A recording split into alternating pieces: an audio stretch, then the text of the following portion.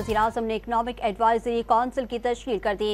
Council की सरबराही वज़ीर-ए-आज़म खुद करेंगे, जबकि काउंसिल में जहांगीर तरीन भी शामिल होंगे।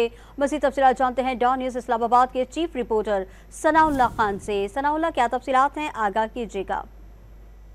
देखिए, ताखीर से जरूर की है, लेकिन प्राइम मिनिस्टर ने ये 8 रुकनी जो इकनॉमिक एडवाइजरी काउंसिल है ये तश्कील दी है, जिसमें जिस तरह आपने बताया कि तहरीक इंसाफ के जो वजीर खजाना थे जहांगीर तरीन, वो भी इसमें शामिल हैं। जो बाकी इकोनॉमिस्ट हैं उसमें साकिब शराजी हैं, शहजाद सलीम है, इसके अलावा मुसद्दक जुल्करनैन है, डॉक्टर इजलास नबी, आसिफ पीर, बशीर सलमान अहमद, ये तमाम एडवाइजरी में शामिल है। और प्राइम मिनिस्टर सरबराह होंगे इसके, और वो किसी भी वक्त इसका इजलास बुला सकते हैं, उनको इख्तियार हासिल होगा। मुल्क की इकानमी के हवाले से ये कौंसल जो है अब कंसल्टेशन भी फराहम करेगी, मशावरत करेगी, वज़ीर आज़म को मुख्तलिफ तजावीज़ देगी।